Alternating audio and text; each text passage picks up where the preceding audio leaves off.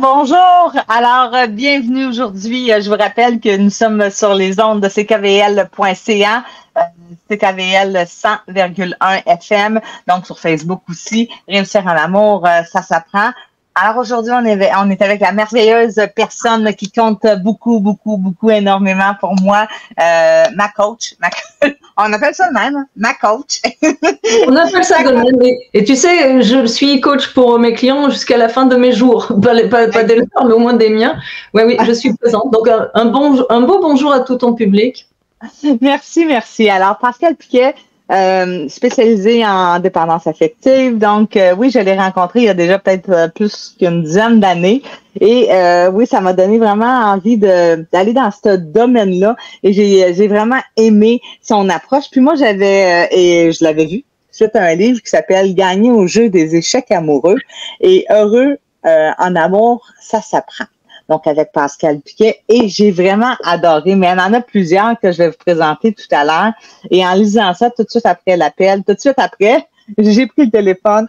J'aimerais ça te voir. Puis, là, c'est sur des week-ends. Donc, là, c'était en janvier. Je vais attendre tout un mois ou peut-être presque 6 semaines avant d'aller te voir parce que c'était la période des fêtes. Et, Seigneur, ça avait été long. Mais après ça, là, tu disais qu'après ça, l'appel, on allait déjà se sentir mieux. Fait qu'effectivement, c'était le cas. Alors, aujourd'hui, on a ton petit bébé à nous présenter. Alors, parce que toi, t'es coach, pas t'es coach, mais t'es auteur aussi de livres, hein? Et là, tu viens de sortir un beau livre, Si la libido pouvait parler. Bah, tu sais que tu es la première à en parler. Ah oui? Du livre, tu es le premier média qui parle de ce livre qui vient tout juste d'être remis dans mes mains, qui sortira le 18 septembre. Mais c'est vraiment... Et j'ai commencé à le lire, donc c'est une primeur pour CKVL, c'est une primeur pour Réussir en amour, ça s'apprend. Et c'est Annabelle Boyer des éditions Livo, hein, oui, exactement, qui m'a fait parvenir le livre, donc on les remercie énormément. Et j'ai bien ri en lisant ton introduction. Je vous dis que vous allez vous amuser parce que c'est très, très drôle, même dans les débuts. Donc, c'est automatiquement captivant. Mais dans tous les livres que tu écris, c'est captivant. Est-ce que tu peux nous en parler un petit peu de ton livre, Si la libido pouvait parler? Où est venue ton idée d'écrire ce livre-là? Parce que toi, habituellement, c'est plus des livres sur le développement personnel. Et là, je vois des histoires un peu plus... Oui. Alors déjà, Nathalie, il y a une consigne, c'est... Il faut absolument pas dire la fin et la chute de chaque nouvelle parce que c'est toujours une surprise. Après les galipettes, il y a toujours une pirouette. Donc, il faut absolument pas livrer la cerise sur le gâteau à la fin de chaque nouvelle parce que c'est très surprenant. Et puis, les raisons pour lesquelles je suis tombée dans le sexe, ça fait partie de mon métier. C'est-à-dire que je suis allée de plus en plus de façon microscopique, c'est-à-dire que il y avait le syndrome de Tarzan, la dépendance affective. Gagner au jeu des échecs amoureux, c'était pour choisir la bonne personne. Ensuite, on a eu séduire pour une nuit ou charmer pour la vie. Il y avait un chapitre qui s'appelait Tout ce que vous avez toujours voulu savoir sur le sexe et que vous n'avez jamais osé demander. Exactement. Puis ça, c'est la suite logique. On avait la jungle des comportements humains, mais là, on n'est pas du tout dans les sentiments intimes, hein, ni dans l'affectif, on est dans la vie professionnelle. Après, et puis celui-là, c'est la libido, c'est la demande de certains de mes clients et clientes qui ne comprenaient pas pourquoi la libido avait pris la clé des champs. Eh bien, je me suis dit que j'allais mettre ma plume à leur service et écrire quelque chose qui rebondit sur plusieurs sujets. C'est-à-dire que ce sont évidemment des nouvelles érotiques, pas pornographiques, très important. Il n'y a aucune grossièreté, c'est un très bon français dont je suis très fière, c'est très métaphorique et il y a de l'humour et effectivement on a du mal à deviner la fin des nouvelles et les personnes dans mon entourage qui ont commencé à lire le livre pour le tester ont eu beaucoup de difficultés, se faisaient avoir à chaque fois. Donc c'est un mélange d'enseignement, un enseignement sur les relations hommes-femmes à travers le vecteur de l'érotisme. Il y a beaucoup de duels psychologiques. T'es pas encore arrivé à la fin du livre, Nathalie, mais il y a beaucoup de duels hommes-femmes psychologiques et sensuels. Qui va dominer l'autre? C'est vraiment très intéressant. c'est la vie courante aussi. Et il y a des dialogues, il y a des nouvelles qui sont uniquement des dialogues. Alors pourquoi j'ai écrit ça? Bien, tout simplement parce que j'avais envie de sortir de la dépendance affective, j'avais envie de faire quelque chose de plus léger, et puis j'avais envie de parler de sexe tout simplement et de libido. Donc voilà, ce qui a motivé tout ça, c'est le plaisir, je pense, le plaisir de l'écrire, et j'espère que les lecteurs et lectrices auront autant de plaisir à le lire. C'est autant fait pour les hommes que pour les femmes, hein, parce que certains pensent que la littérature érotique c'est très féminin, mais pas du tout. On passe d'un personnage à l'autre, un coup on est un homme dans une nouvelle, un coup on est une femme, un coup on est spectateur, on bouge beaucoup, puis un coup on est une chose que vous découvrirez. C'est pour ça que si vous le lisez, ne dites rien à personne, parce que vous allez casser leur surprise à la fin de chacune des nouvelles. Mais ce que moi j'ai fait, par exemple, c'est que je l'ai lu, mais à haute voix pour que mon amoureux entende. Et oui, là, excellente idée, ça se passe. Et là, on a ri, puis lui aussi riait, mais des fois, je rajoutais un petit peu de détails croustillants qui n'étaient pas vrais. Il dit, c'est pas vrai que j'ai écrit ça. C'est une excellente idée. C'est fait pour lire à deux. Bien sûr, c'est fait pour stimuler, c'est fait pour lire à deux. Ça peut être des jeux de rôle. J'ai un ami qui s'en est servi pour faire des jeux de rôle avec sa conjointe, mais c'est très bien. On en fait ce qu'on veut. L'avantage de ce genre de littérature, c'est que tu peux le relire. Même si tu te rappelles de la fin, de la chute, je dirais, tu peux le relire parce que ce sont les descriptions érotiques qui sont, on va dire, les plus attirantes. Donc, peu importe si tu sais ce qui va se passer à la fin, c'est toujours un plaisir de relire, je pense. Absolument. Puis de rajouter aussi, un peu comme j'ai fait. Tu peux broder. J'ai brodé autour. Non, elle n'a pas écrit ça. Mais j'ai dit, je te dis, lis, là, il prenait le temps de le lire. 2 pages complètes. C'était pas ça du tout. Fait que j'ai dit, excellent, c'est excellent, c'est excellent. On a eu du plaisir et c'était un beau samedi soir qui a été agréable, puis qui a alimenté, on pourrait le dire comme ça, hein, oui. Les histoires de libido entre couples. Bien sûr, mais parce que ça doit reposer sur l'imagination et sur l'amusement. Personne n'a dit que ça devait être quelque chose de triste et de rigide, au contraire. Donc, justement, s'amuser en couple, le livre a été écrit pour ça. En fait, comme je le dis, si votre libido pouvait parler, que vous dirait-elle? Donc, si elle ne vous dit plus rien, bon, après, il se peut qu'elle le fasse des monologues parce que vous vous en occupez vous-même, donc ça fait un livre pour ça. Et puis après, peut-être que vous faites des dialogues en couple, parfait, ou peut-être des débats à plusieurs, ça vous appartient. Mais en tout cas, Et là, j'ai bien ri. Alors, peut-être qu'il a fait des débats à plusieurs. Et là, il y a un passage, une petite nouvelle dans le livre qui a été très, très, très cocasse à ce niveau-là. Fait pour les gens là, qui sont un petit peu plus ouverts là, à l'imagination, 2, 3, 4 personnes, ça pourrait peut-être alimenter votre libido à ce moment-là. Mais des fois, là, des fantasmes, ça peut rester dans notre tête ou on peut simplement les dire sans les réaliser. Alors là, c'est écrit, puis on peut les partager tout haut parce qu'on a une ouverture. Fait que des fois, juste de parler de sexualité avec son amoureux, mais on met du bois dans le feu pour alimenter cette flamme-là qui, des fois, est éteinte. Puis, si on l'entretient pas, cette flamme-là, ça s'allume pas tout seul, là. Malheureusement, elle s'allumera pas tout seul. Donc, dès qu'on arrête d'avoir des relations sexuelles, des fois, c'est difficile de reprendre. Donc, c'est de constamment, c'est comme la persévérance, c'est comme de s'entraîner. Mais il faut remettre une bûche dans le foyer, comme on dit au Québec. Exactement, mais... Il faut entretenir la flamme. Oui, il faut entretenir la flamme, puis le bois qu'on met dans notre foyer, parce que si on le met, le bois, une fois par mois, une fois par 2 mois, une fois par 3 mois, c'est ce que vous obtiendrez. Alors, combien de bûches êtes-vous prête à mettre dans le feu? C'est ça qu'il faut se poser. C'est la blague MMS, matin, midi et soir au début, puis après c'est mardi, mercredi, samedi, puis après c'est mai, mars, septembre, et puis après c'est mes meilleurs souvenirs. Ça veut dire que mais le sexe, c'est le ciment du couple, donc si on n'en prend pas soin, à un moment donné, on finit par s'éloigner. Il n'y a pas que le sexe ne doit pas être la base unique d'un couple, mais elle en fait partie. cette base-là en fait partie. Je veux dire, c'est être attiré autant sur le plan intellectuel, spirituel que sexuel.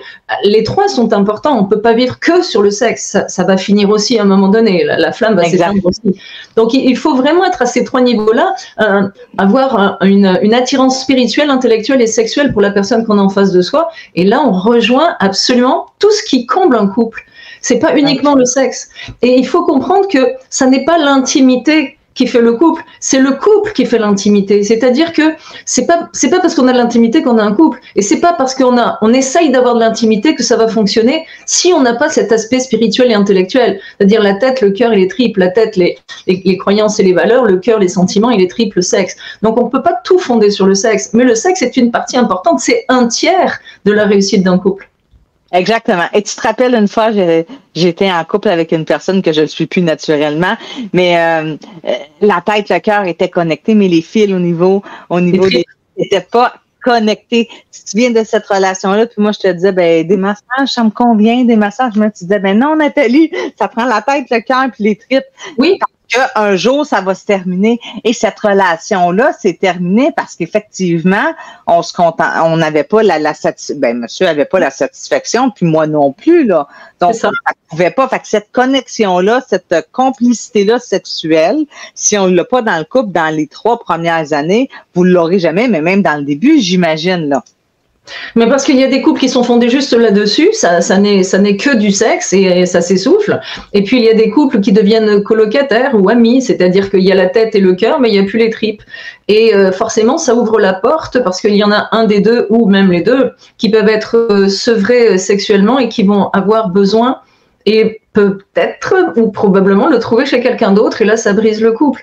Parce que le sexe, c'est un peu le sel de la vie, c'est important le sexe. C'est quelque chose, c'est du plaisir, mais c'est aussi une connexion, et je veux pas dire une fusion, mais c'est une connexion. Donc si on n'a pas cette connexion-là, eh bien, il y a une frustration. Il y a beaucoup de couples qui vivent en parallèle et qui explosent à un moment donné parce que cet aspect-là n'étant plus comblé, et parfois, c'est la femme qui ne le comble plus une fois qu'elle a eu des enfants. Elle est comblée par ses enfants et l'aspect sexuel est laissé sur le bord de la route avec monsieur.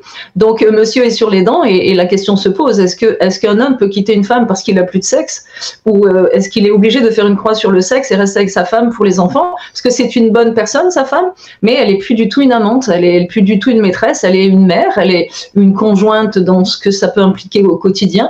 Mais l'aspect sexuel est complètement brimé, voire même complètement anesthésié. Donc, un homme dans la quarantaine, qu'est-ce qu'il fait? Est-ce qu'il saute la clôture et c'est pas en phase avec ses valeurs? Est-ce qu'il fait une croix sur le sexe à 40 ans? Est-ce qu'on a vraiment envie de faire une croix sur le sexe à 35, 40 ou 50 ans? C'est un problème qui se pose. Que faire? Exactement. Et là, que faire quand on arrive à la ménopause? Que faire quand on arrive à un certain âge pour les hommes où est-ce qu'il n'y a plus d'érection? On fait quoi avec ça, Pascal Piquet? Ah mais ça, regarde, en fait, il faut d'abord se demander pourquoi il n'y a plus d'érection. Et la ménopause est souvent un bon prétexte pour que madame évite les assauts sexuels de monsieur dont elle en a assez, elle en a marre. Donc c'est sûr que parfois ce sont de faux prétextes. Et les problèmes érectiles peuvent reposer sur autre chose qu'un problème mécanique. Et si vous voulez comprendre lequel, lisez mon livre, parce qu'à un moment donné, j'aborde la question dans une de mes nouvelles.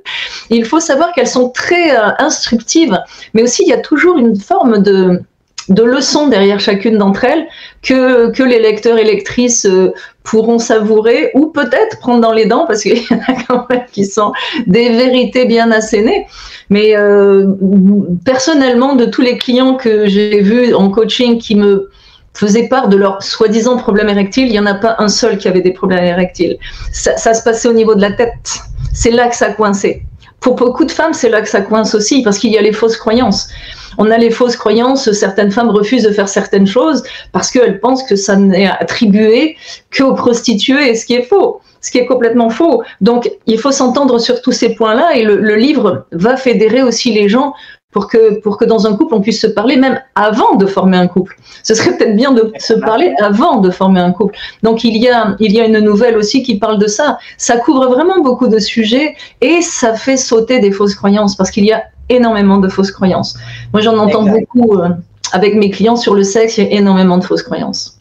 Quelles sont les fausses croyances que tu entends entre moi et toi? Les fausses croyances, je ne veux pas rentrer dans les détails parce que il y a quand même des détails techniques, mais que certaines caresses pourraient être attribuées qu'aux hommes homosexuels alors que c'est faux. Par exemple, la stimulation prostatique, puisqu'on va parler technique, que la fellation c'est réservé aux prostituées parce qu'une femme qui se respecte ne peut pas faire ça. Et puis après, il y a toutes sortes de caresses qu'on aime ou qu'on n'aime pas, et c'est propre à chacun. Il faut se respecter là-dedans. Si vous n'aimez pas faire quelque chose, n'allez pas vous forcer. N'allez pas vous forcer jusqu'à être écœuré de ça. Ne le faites pas. Il faut en discuter, trouver un modus vivendi. Mais c'est pour ça que je préconise qu'on en parle avant de former un couple. Parce qu'après, c'est un petit peu trop tard. Mais on n'est pas sur le même registre tous je dirais, de fréquences sexuelles. Il y a des gens très sexuels, il y en a qui le sont moins. Il y a des gens sensuels, il y en a qui le sont moins ou pas du tout. Et quand une personne sensuelle s'acoquine à une personne qui ne l'est pas du tout, c'est compliqué. C'est compliqué, on ne peut pas s'entendre. On peut pas. Ou quelqu'un qui aime le sexe avec quelqu'un qui aime moins ça, ou quelqu'un qui n'est pas vraiment prêt à découvrir des rivages, de nouveaux rivages, parce qu'un couple, c'est ça aussi. Et je ne parle pas de déviation sexuelle, ça ne fait pas partie de mon monde, mais des nouveaux rivages à deux.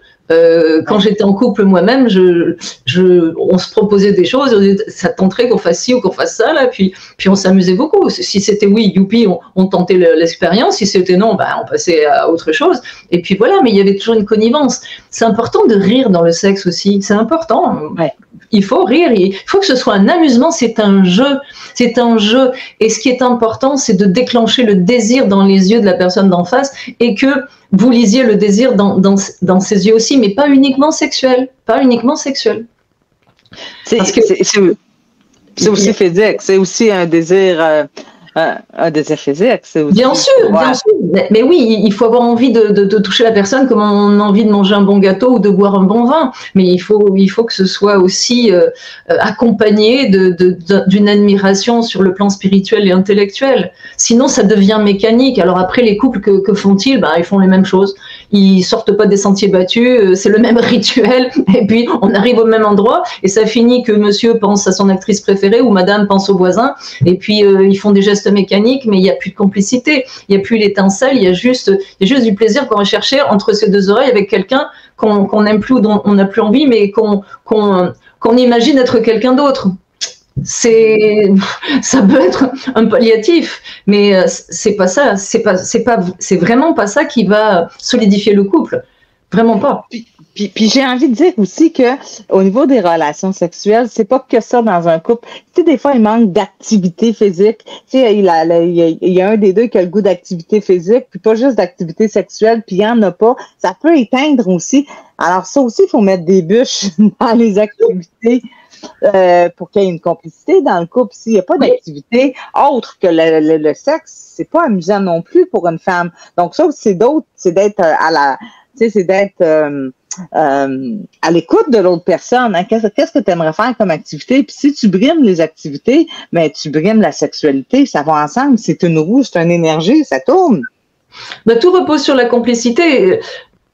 Il faut être sur le même registre à de nombreux niveaux. Que ce soit sur la fréquence sexuelle, que ce soit sur l'ouverture d'esprit dans cette situation-là particulièrement.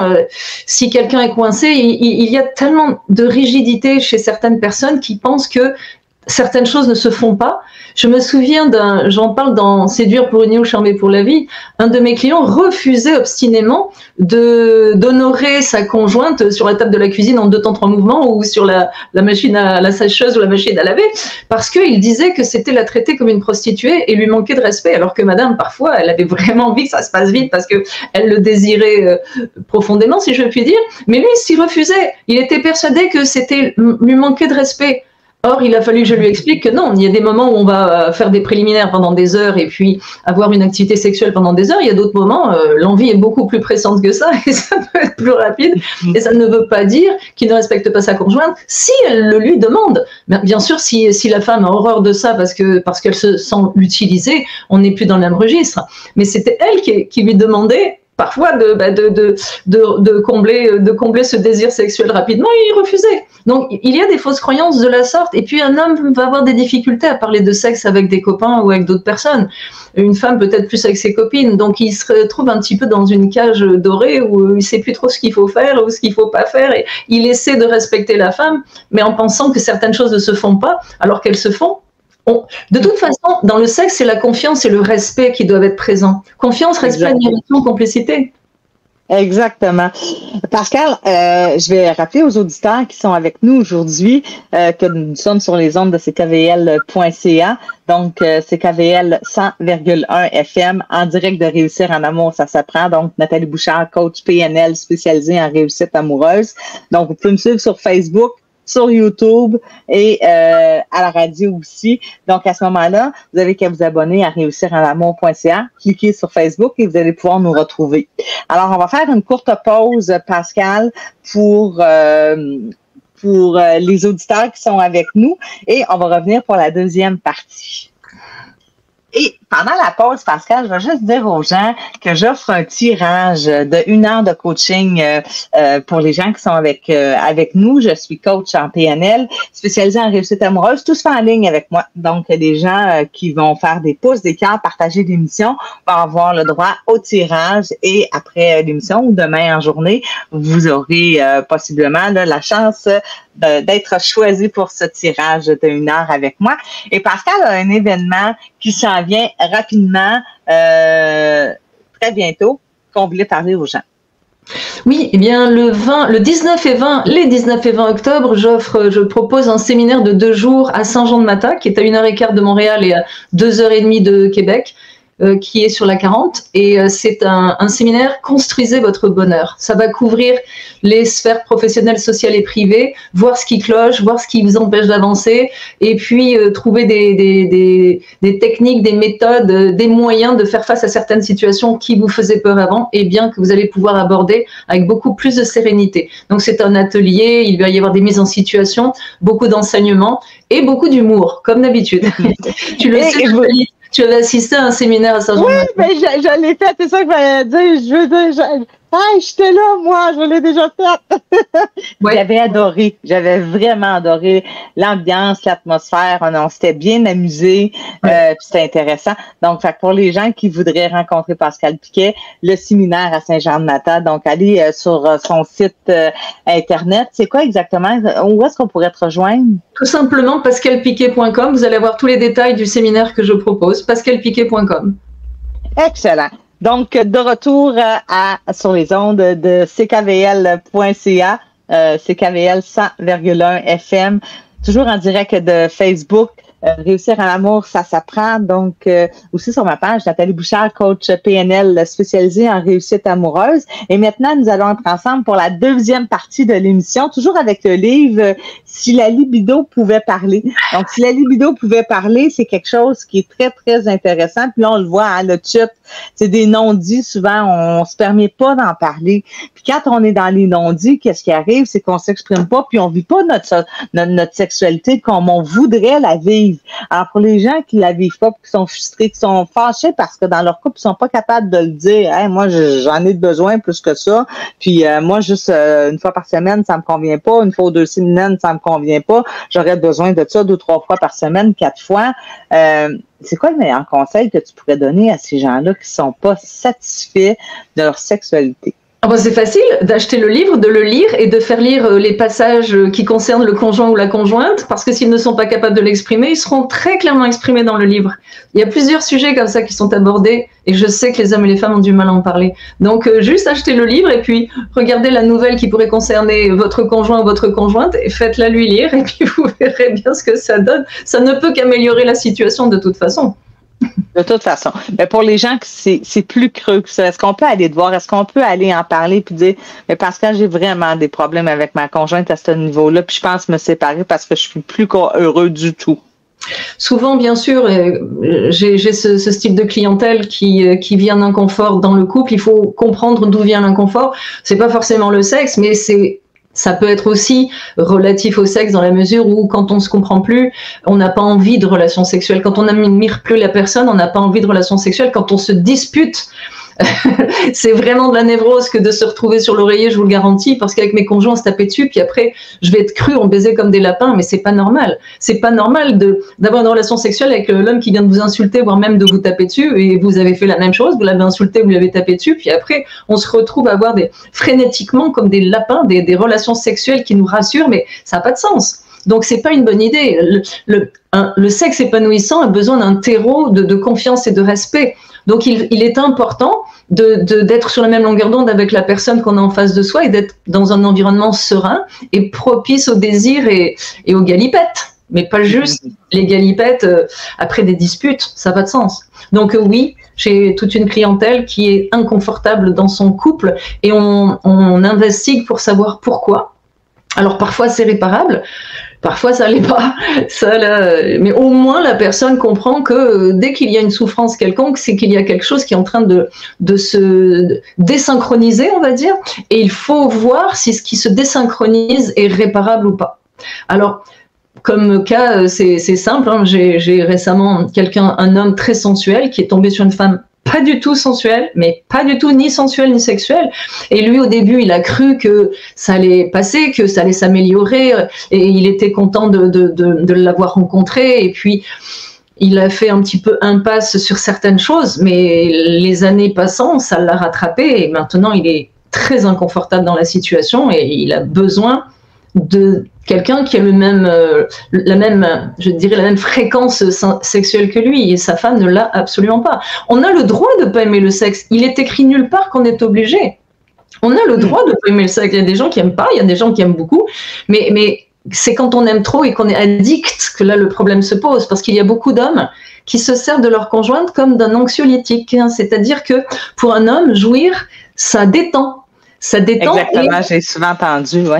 Et c'est une réalité, donc ça détend et du coup, il va demander des faveurs sexuelles à sa femme pour aller le plus vite possible, ça va être une fellation, ou alors cric-crac, bonjour madame, au revoir madame, comme ça, hop, il tombe sur le dos comme un lapin et ouf, il se sent détendu. C'est un anxiolytique et il va être de plus en plus demandeur. Et quand madame va dire stop, parce qu'elle en a assez de servir de poupée gonflable, il va aller sur un site pornographique et puis, comme je le dis, il va se tirer sur l'antenne télescopique pour se satisfaire. Mais là, on n'est plus dans un désir ou un besoin sexuel, on est dans un besoin de calmer l'anxiété. Et ça devient très addictif. Et le film porno, évidemment, va être une solution rapide, mais de plus en plus, il va falloir aller de plus en plus loin dans les films porno, de plus en plus salaces, je dirais, même hors la loi, parce que il faut arriver à l'orgasme le plus vite possible pour calmer l'anxiété. Ça aussi, exactement. C'est important de le savoir, parce qu'il y a beaucoup de femmes qui ne comprennent pas qu'elles servent de palliatif ou de poupée gonflable à monsieur qui n'a qu'un seul objectif, c'est de jouir le plus vite possible pour que ça le détende. Exactement. Et là, quand on parle de sites pornographiques, où est-ce qu'on met la limite on est en train d'avoir tromperie? Tu sais, il y a des sites Internet où est-ce que c'est en ligne, on peut avoir contact avec la personne, c'est en direct. Il y a des sites où est-ce que il y a des sites que c'est pornographique, il y a des sites que c'est c'est où la limite qu'on peut dire que la personne est en train de tromper sa conjointe? Ça, c'est à la conjointe de le dire. Parce que moi, j'ai eu une cliente qui était offusquée parce qu'elle avait trouvé, il y a longtemps, hein, il y a une quinzaine d'années, elle avait trouvé des revues avec des femmes nues sous le lit de son mari. Et puis, pour elle, elle considérait que c'était la tromper. Après, chacun mettra la barre où il le souhaite. Par exemple, il y a des femmes qui préfèrent que monsieur aille sur un site pornographique et qu'il fasse ce qu'il veut avec quelqu'un d'autre, mais pas avec elle, pour garder les avantages sociaux et l'image de la vitrine du couple. Elles n'ont plus du tout envie de sexe, elles comprennent très bien que leur conjoint, ou leur conjointe, ça peut être l'homme aussi qui n'en a plus envie, aille se contenter d'une autre façon. Après, moi, je suis pas la directrice de conscience des gens. Je veux dire, si madame accepte que monsieur en webcam ait des relations de cette sorte avec une femme qu'il paye, moi, j'ai pas de problème avec ça. Du moment que les deux sont d'accord, je pense que tromper, c'est quand on le fait dans le dos de l'autre. Et là, c'est très bien dit. Tromper, c'est quand on le fait dans le dos de l'autre. Fait que ça, on va sur des webcams. Je pense que puis ta conjointe n'est pas au courant ou c'est pas d'un commun accord. C'est tromper. Ah ben si tu le fais dans le dos de la dame et que effectivement voir une autre madame toute nue, s'entend que c'est vachement intime. En plus la voir dans des situations et des positions très sexuelles, c'est très intime. Faut savoir si monsieur apprécierait que madame fasse la même chose avec un bel homme musclé avec une webcam, je sais pas.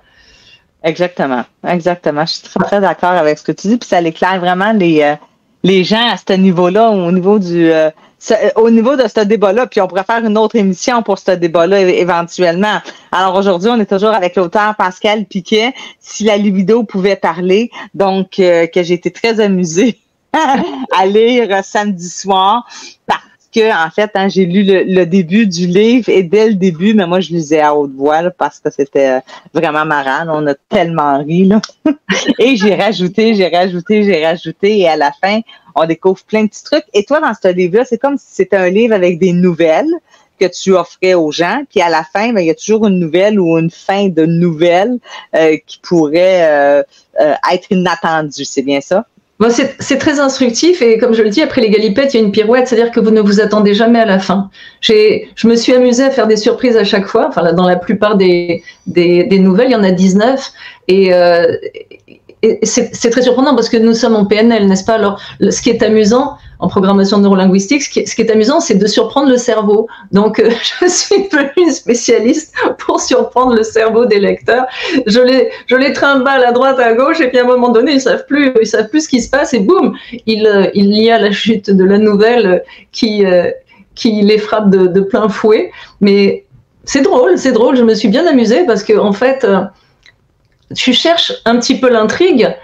Mais j'ai un ami dans la quarantaine, il m'a tellement fait rire. Je lui pose la question sur une des nouvelles qu'il était en train de lire et je lui demande, parce que je l'ai testé, homme, 40 ans, ancien consommateur de pornographie et puis amateur de littérature érotique, et surtout un homme, hein, parce qu'il faut savoir qu'il n'y a aucun mot grossier dans mon livre, il n'y a pas du tout de pornographie ou de grossièreté, mais c'est très érotique et très sensuel. Et donc, je lui ai posé la question, as-tu deviné la fin? Et il me dit, je m'en moquais complètement de la fin. J'étais tellement fascinée par les descriptions de sexe et de la sensualité et descriptions érotiques, je me suis même pas posé la question pour savoir quelle était l'issue de l'intrigue. Alors, tu vois, il m'a fait rire. Ben oui, c'est très drôle parce que t'emploies beaucoup l'humour et j'étais réellement surprise parce que c'est complètement différent de tes autres livres qui gagnaient au jeu des échecs amoureux, que celui-là parlait vraiment, si tu veux l'expliquer à nos auditeurs, hein, c'est quoi gagner au jeu des échecs amoureux?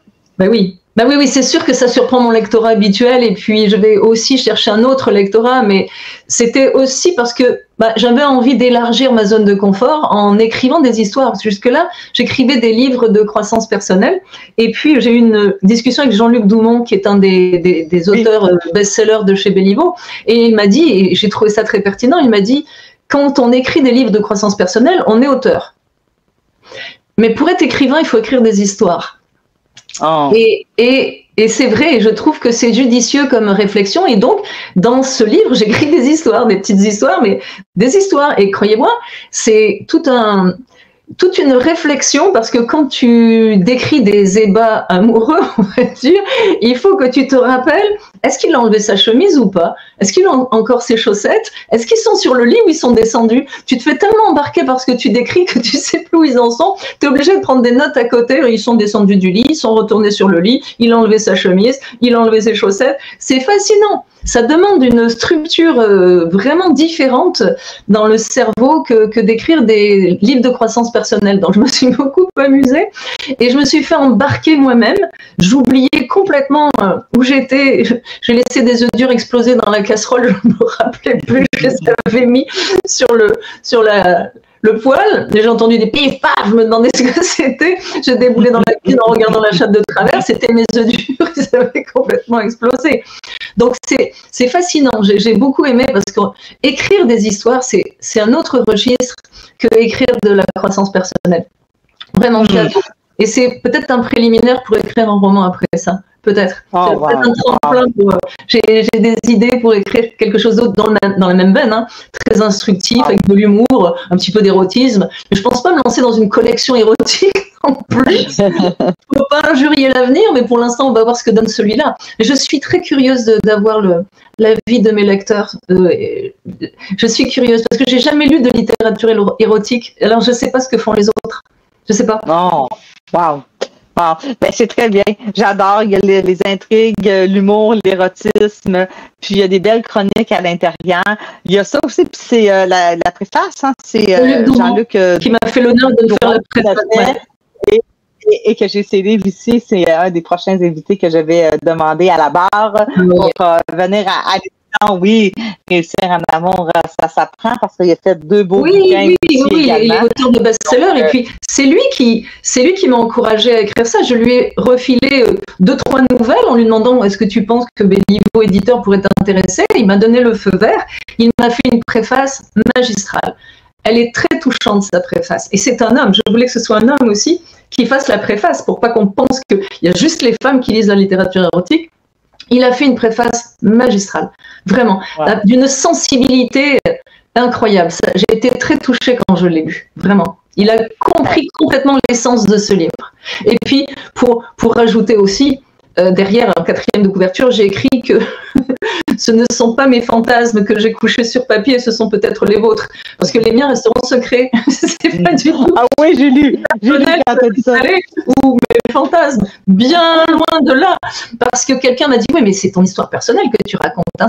Ce sont tes frasques sexuelles. J'y vais bien sûr. Alors, tu penses que Stephen King, il a tué 30 personnes pour écrire des livres là-dessus? Ça n'a pas de sens. Absolument pas. Absolument pas. Alors, les tiens resteront secrets. On va dire, en bon québécois, c'est bien correct. Yes. C'est bien correct. C'est bien correct. C'est bien correct. C'est ça pour soi.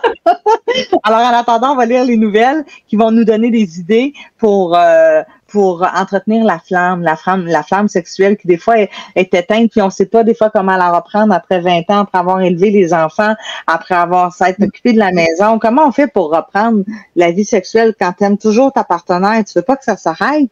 Tu veux que ça continue? Comment on fait pour reprendre cette machine-là? C'est vrai qu'en lisant ce livre-là, mais c'est aussi en faisant des exercices puis en se donnant des petits rendez-vous doux, je crois. Tout part de l'imagination, hein, tout part d'entre les 2 oreilles. Au début, quand on est jeune, ce sont les hormones, je veux bien le croire. Il faut qu'on copule pour pérenniser la race, je comprends. Mais à un moment donné, ça marche plus, les hormones. C'est vraiment l'imagination.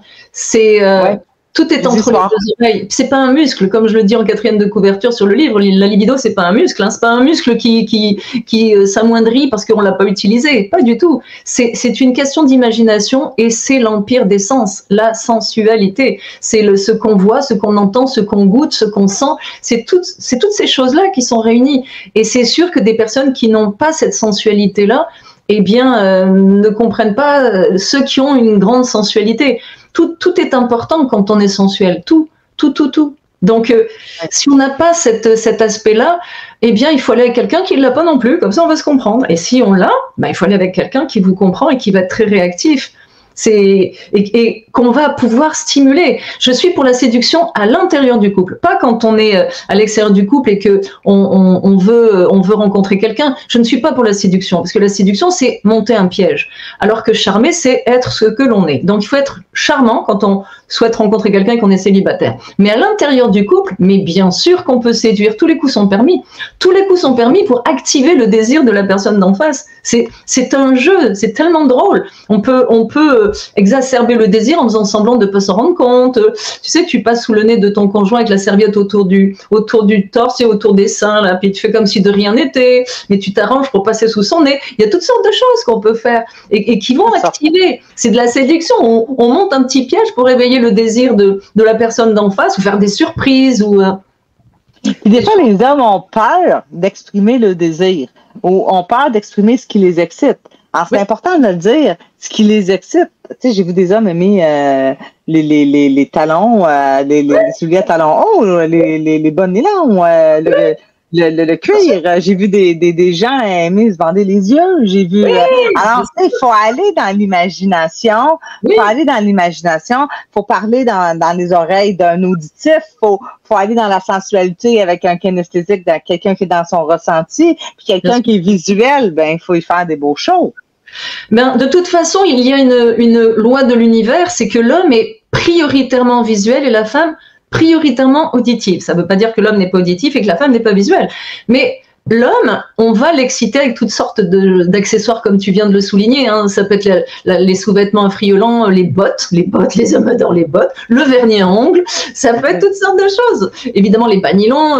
Et la femme, c'est plutôt le discours. C'est plutôt le discours qui va plus l'exciter. Les compliments, messieurs, les compliments, c'est pourtant gratuit et facile. Mais la trouver belle, lui faire des compliments, lui dire ce qu'on trouve de beau chez elle, dire pourquoi on l'aime. Ben, la femme, elle est plus auditive. Donc, à partir de là, on a tout un monde de possibilités.